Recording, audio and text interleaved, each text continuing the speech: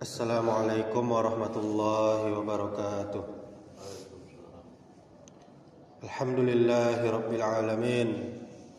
Ashhadu an la ilaha illallah wahdahu la syarikalah wa ashhadu anna Muhammadan abduhu wa rasuluh la nabiyya ba'da, amma ba'du. Alhamdulillah, selalu kita bersyukur kepada Allah Subhanahu wa taala.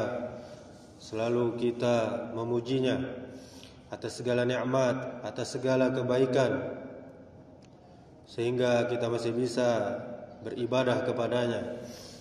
Kemudian salawat beserta salam semoga selalu tercurahkan untuk junjungan kita Nabi Muhammad sallallahu alaihi wasallam.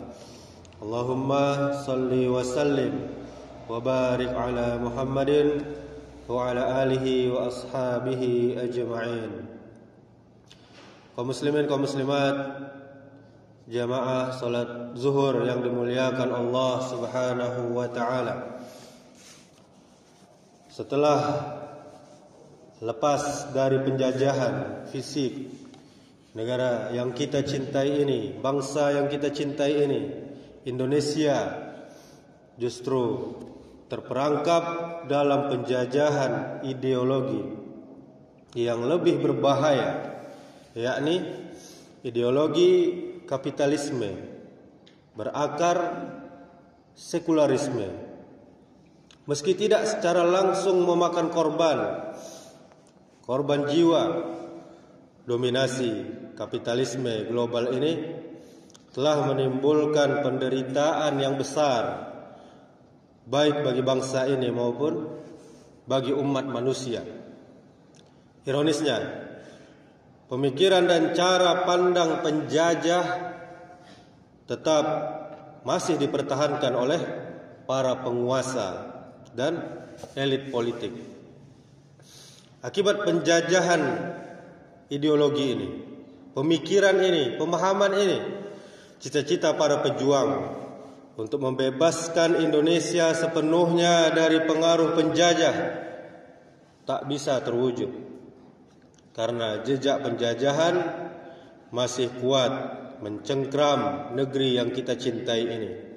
Di antaranya, yang pertama, bidang hukum dan perundang-undangan. Hukum kita di Indonesia ini masih sekuler. Warisan Belanda tetap dipakai, tetap dilestarikan. Bahkan pembuatan undang-undang sering dipengaruhi asing. Kemudian yang kedua, bidang ekonomi. Negeri yang kita cintai ini masih terjerat utang luar negeri hingga ribuan triliun rupiah. Sementara sumber daya alam kita dikuasai oleh asing dan asing. Kemudian yang ketiga, bidang sosial dan budaya kita. Asing, sekuler, liberal memicu kerusakan moral seperti maraknya seks bebas, LGBT, pornografi, korupsi, judi online, dan kekerasan. Kemudian yang keempat, bidang politik. Sistem kita masih menganut demokrasi sekuler yang diterapkan rawan disusupi kepentingan asing melalui komprador, sehingga banyak regulasi justru lebih pro asing daripada pro rakyatnya sendiri. Kaum muslimin, kaum muslimat, jamaah zuhur yang dimuliakan Allah Subhanahu wa taala. Dalam pandangan agama Islam, kemerdekaan yang hakiki, yang sebenar-benarnya, berarti terbebasnya manusia dari penghambaan kepada sesama manusia menuju penghambaan hanya kepada Allah Subhanahu wa taala, pencipta manusia dan pencipta alam semesta ini. Kemerdekaan bagi umat Islam bukan sekadar hak yang harus diperjuangkan, tetapi misi utama risalah Islam itu sendiri. Jika manusia masih tunduk pada ideologi atau hukum buatan manusia, mereka masih berada dalam yang namanya penjajahan. Allah Subhanahu wa taala berfirman, "Ittakhazu ahbarahum wa ruhbanahum arbabam min dunillah." Mereka, siapa maksudnya? Yakni Yahudi dan Nasrani, telah menjadikan para pendeta mereka dan para rahib mereka sebagai tuhan-tuhan selain Allah Subhanahu wa taala, dalam surah At-Taubah ayat 31.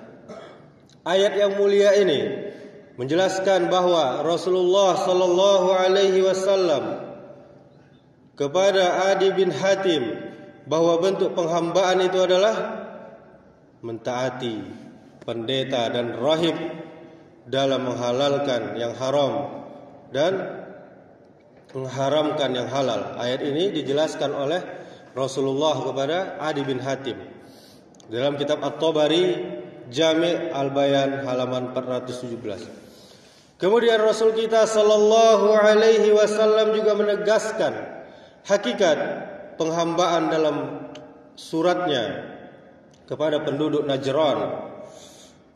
Aku menyeru kalian untuk menghambakan diri kepada Allah dan menyeru kalian untuk meninggalkan penghambaan kepada sesama hamba, kepada sesama manusia. Aku pun menyeru kalian agar berada dalam kekuasaan Allah, dan aku menyeru kalian agar membebaskan diri kalian dari penguasaan oleh sesama hamba atau manusia. Dalam kitab Ibnu Katsir Al-Bidayah wan Nihayah. Kaum muslimin yang dimuliakan Allah Subhanahu wa taala. Inilah misi Islam untuk mewujudkan kemerdekaan yang hakiki bagi seluruh manusia, yang menjadi pengobar semangat bagi para pejuang Islam meski menghadapi musuh yang sangat kuat. Misi tersebut tampak dalam perang Qadisiyah ketika Jenderal Rustum dari Persia bertanya kepada utusan Panglima Sa'ad bin Abi Waqqas radhiyallahu anhu, Rab'i bin Amir As-Saqafi, tentang apa yang dibawa oleh kaum muslim. Rib'i menjawab, Allah telah mengutus kami untuk mengeluarkan siapa saja yang Dia kehendaki dari penghambaan kepada sesama manusia menuju penghambaan hanya kepada Tuhan manusia, dari dunia yang sempit menuju akhirat yang begitu luas, dan dari kezaliman agama-agama yang ada menuju keadilan agama Islam.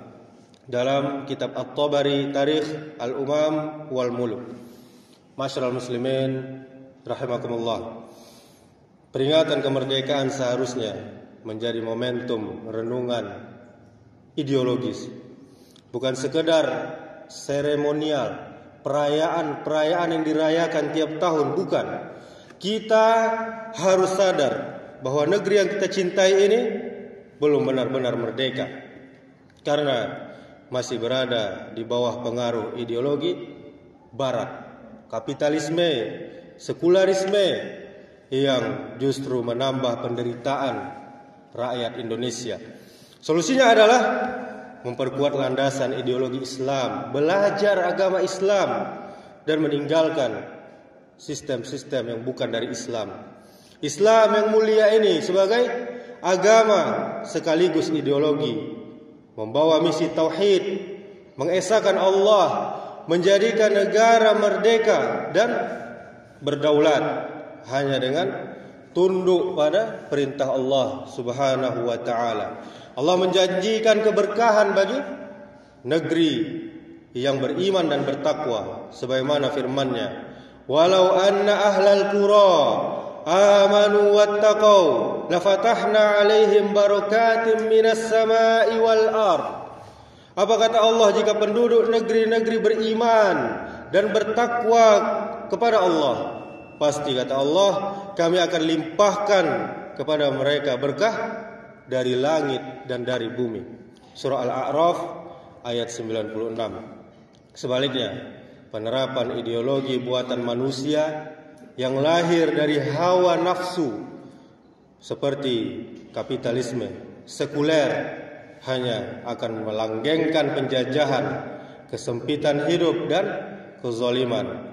Sebagaimana firman Allah dalam surah Toha ayat 124, Allah berfirman, siapa saja yang berpaling dari peringatanku, yakni dari Al-Quran, sungguh bagi dia kehidupan yang sempit, dan kami akan mengumpulkan dirinya pada hari kiamat dalam keadaan buta, tidak bisa melihat. Demikianlah, wallahu a'lam bissawab. Hanya Allah yang Maha mengetahui. Subhanakallahumma wa bihamdika asyhadu an la ilaha illa anta astaghfiruka wa atubu ilaik. Wassalamualaikum warahmatullahi wabarakatuh.